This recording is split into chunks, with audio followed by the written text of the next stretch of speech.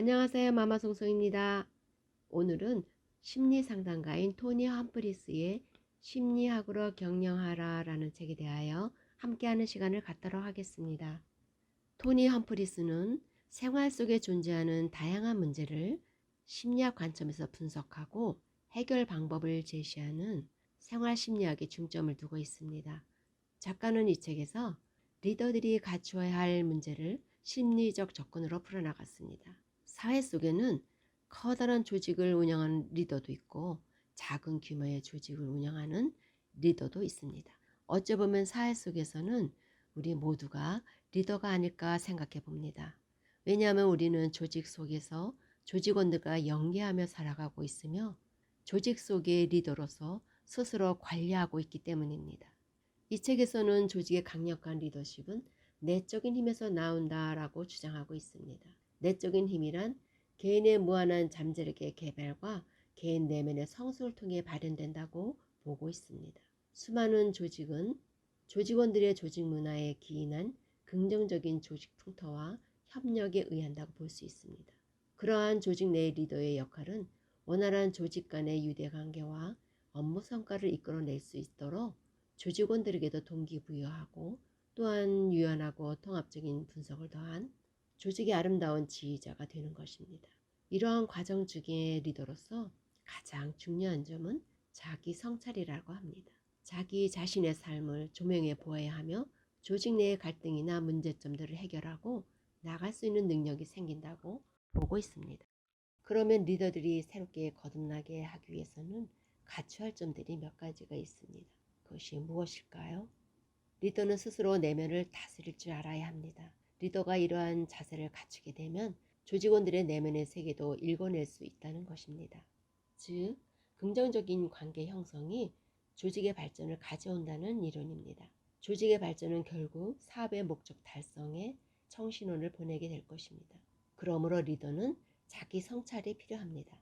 책에서도 언급되었지만 사람은 누구나 자기 방어력을 구축하게 됩니다. 왜냐하면 외부로부터의 공격으로 인한 상처를 막기 위해서 자동적으로 생기는 방어 기제가 존재하기 때문입니다. 그런데 이러한 방어 기제의 사용은 조직의 협력과 배려를 와해시킬 수 있습니다. 리더는 조직원의 방어 행동을 통해 상대방의 심리적 진실을 알아보도록 해야 합니다. 앞으로 더 전진하기 위하여 방어 뒤에 숨겨진 조직원의 진실을 이해하고 포용할 수 있어야 합니다. 조직의 리더는 업무 성과를 올리기 위해 조직원들에게 업무 수행에 있어서 강제성을 띠기도 하고 조직원들의 성향이나 근로 조건을 무시한 업무 추진을 돌입할 수도 있을 것입니다. 그러나 이러한 방법은 높은 성과를 보장할 수 없을 뿐만 아니라 조직원의 사기를 떨어뜨리는 결과를 초래하기도 합니다. 이론적 근거로 많은 연구 결과를 보면 조직원에 대한 알아가기 같은 과정이 없으면 조직원들의 단합이나 애사심을 기대하기 어려울 수 있고, 반대로 작은 기업체라도 리더가 조직원들의 심리적인 상태를 이해하고자 노력하는 경우에는 업무 성과율도 높아질 뿐만 아니라 조직 문화도 매우 긍정적으로 형성돼 가고 있다고 보고 있습니다. 이 책에서는 조직원을 알아가는 과정에서 리더가 초점을 맞춰 살펴볼 측면으로 신체적 측면, 정서적 측면, 지적 측면, 사회적 측면, 교육적 측면, 행동적 측면, 창조적 측면, 또 영적 측면을 들었습니다. 자기 내면을 성찰하는 리더는 조직원과의 관계 형성, 조직원들의 능력 개발, 조직의 현실적 열망에 대한 헌신이 리더의 핵심 임무라고 잘 알고 있다라고 했듯이 리더는 조직원들과 열린 관계성을 맺어야 한다고 봅니다. 리더는 방어벽을 펴고 그 안에서 안주하지 말고 조직원들과의 관계성을 유연하게 유지해야 할 필요가 있습니다. 조직원들의 역량 강화와 심리적인 관리 부분도 매우 중요합니다. 배려와 이해가 조직 문화 형성의 근간이 되지 않을까요? 조직 내의 열린 소통은 상대를 존중하는 것부터 출발한다고 합니다. 소통은 언어적인 것과 비언어적인 것 모두를 포함합니다. 언어로 칭찬을 하면서 행동이 그러한 내용을 담고 있지 않는 경우도 우리는 많이 봅니다. 상대방도 그러한 느낌을 받을 수밖에 없습니다. 결국 긍정적인 열린 소통이 안 되고 있다는 것을 보여주는 것입니다.